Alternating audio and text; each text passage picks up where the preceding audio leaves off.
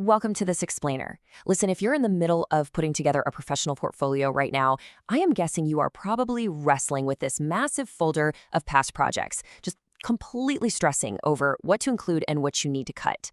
Honestly, it can feel totally overwhelming. But there is a golden rule that cuts through all of that noise, and it's on your screen right now. 5 to 7. 5 to 7 projects. If you get this wrong, almost nothing else you do is going to matter. So let's dive into exactly why this is the secret to getting hired. We're going to walk through a comprehensive blueprint today that takes your portfolio from a messy, stressful draft to a totally polished, client-ready submission. Think of this process as basically removing every single ounce of friction between your raw talent and that future client who really wants to hire you. You want them experiencing your brilliance instantly rather than hunting around for your contact info or trying to decipher what you actually did in your past roles. So here is our roadmap for today's explainer. We'll cover curating your best work, Google Drive versus Canva, the submission step-by-step, common mistakes to avoid, and finally, the final submission checklist. All right, let's jump right into section 1, curating your best work, where quality absolutely trumps quantity. Be ruthless, only include work you are proud of.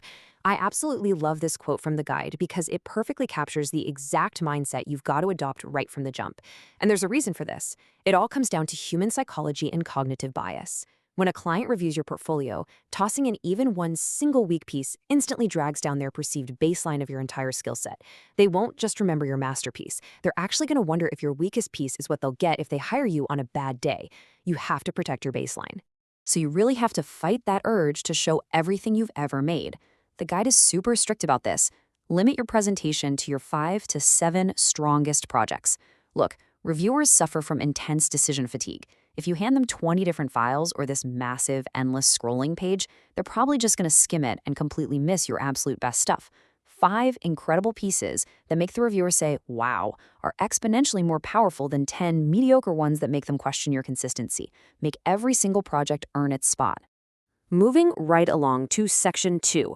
Google Drive versus Canva. It's time to choose your platform. You basically have 2 top-tier professional paths you can take here. Option A is Google Drive. It is fantastic because it's simple, fast, and free for file-based sharing.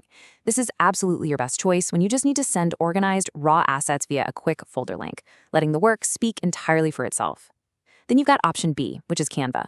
This is your go-to for high visual impact. It gives you a beautifully designed, page-based layout that reads a lot more like a high-end digital magazine. Your choice here depends entirely on the type of work you do and how you want the client to actually experience it. Now, let's say you choose the Google Drive path. Because you don't have the luxury of custom design elements, color palettes, or pretty borders to guide the viewer's eye, your folder structure literally is your presentation. It's the whole ballgame. An unorganized Drive folder just looks like a digital junk drawer, and nobody wants to hire someone whose files are a chaotic mess. You have to build an architecture that makes sense instantly.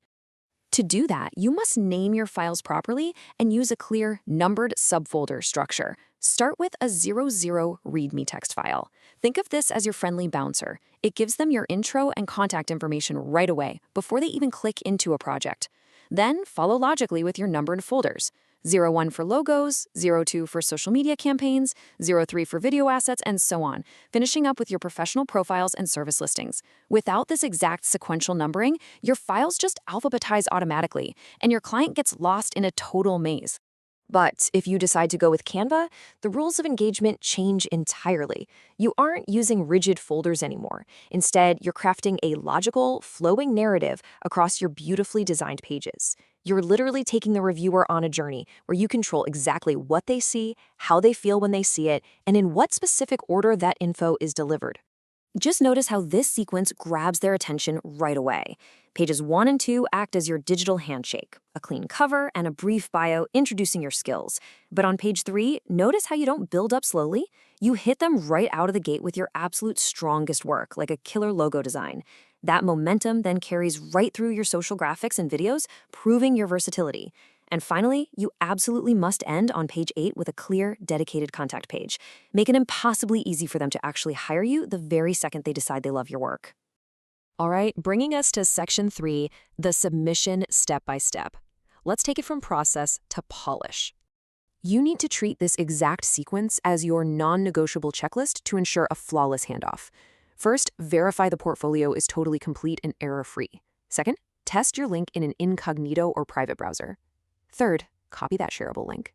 Fourth, paste it into your submission document. And fifth, if it's a PDF, attach the file. Do not, whatever you do, gloss over step 2. Testing in incognito is literally the only way to avoid the catastrophic technical failure of a client excitedly clicking your link, only to smash right into a brick wall access denied screen. Which perfectly segues into Section 4, common mistakes to avoid, or as I like to call them, monsters on the path. See, even if you have brilliant, award-winning work, amateur mistakes will completely tank your chances of landing the job. This first set of major pitfalls revolves entirely around a lack of context and visual polish. I'm talking about things like including weak work, having terrible image quality, completely forgetting your contact info, or just leaving out project descriptions altogether. The fixes for these are stupidly simple. Just add 1 to 2 sentence descriptions so the viewer actually understands your specific role. Export at the proper resolution, never ever stretch your images, and always put your email front and center. Then we have the purely operational nightmares that can totally derail your submission. Think about an unorganized folder structure, untested shareable links, or just throwing way too many projects at the viewer and hoping something magically sticks. Overwhelming someone with 15 projects or sending them a broken link instantly destroys that professional trust you're trying so hard to build from scratch. They're going to assume you work exactly the same way you submit. Keep it ruthlessly curated to 5 to 7 pieces, organize your files clearly, and always test your text. We are in the home stretch. Section 5, the final submission checklist. It's the countdown to launch. Before you let this portfolio out into the wild, you need to actively tick off every single one of these boxes. Do you have exactly 5 to 7 projects selected? Check. Are all of your files properly named? Check. Are your images crisp and optimized? Are titles and context provided for every single piece? Is your contact info impossible to miss? Ensuring these critical details are handled means your narrative is incredibly tight and the client feels like they are dealing with a seasoned, highly capable pro from the very first click. And finally, guys, proofread everything one last time. There should be absolutely 0 spelling or grammar errors anywhere in your submission. You can't claim to be a detail-oriented professional on page 2 and then have a glaring, obvious typo sitting right there on page 3. It destroys your credibility in seconds, and the reviewer will just move right on to the next candidate. And once more, verify your access permissions for Drive or Canva to ensure you are totally clear for takeoff. I'm going to leave you with the single most critical question of this entire explainer. Did you test your link in an incognito window? Because if you can't view it without being logged into your own personal account, neither can your client. It really is that brutally simple. So take these blueprints, be uncompromisingly ruthless with your curation, double-check those links, and go get your portfolio approved. So, what will your 5 to 7 projects say about you?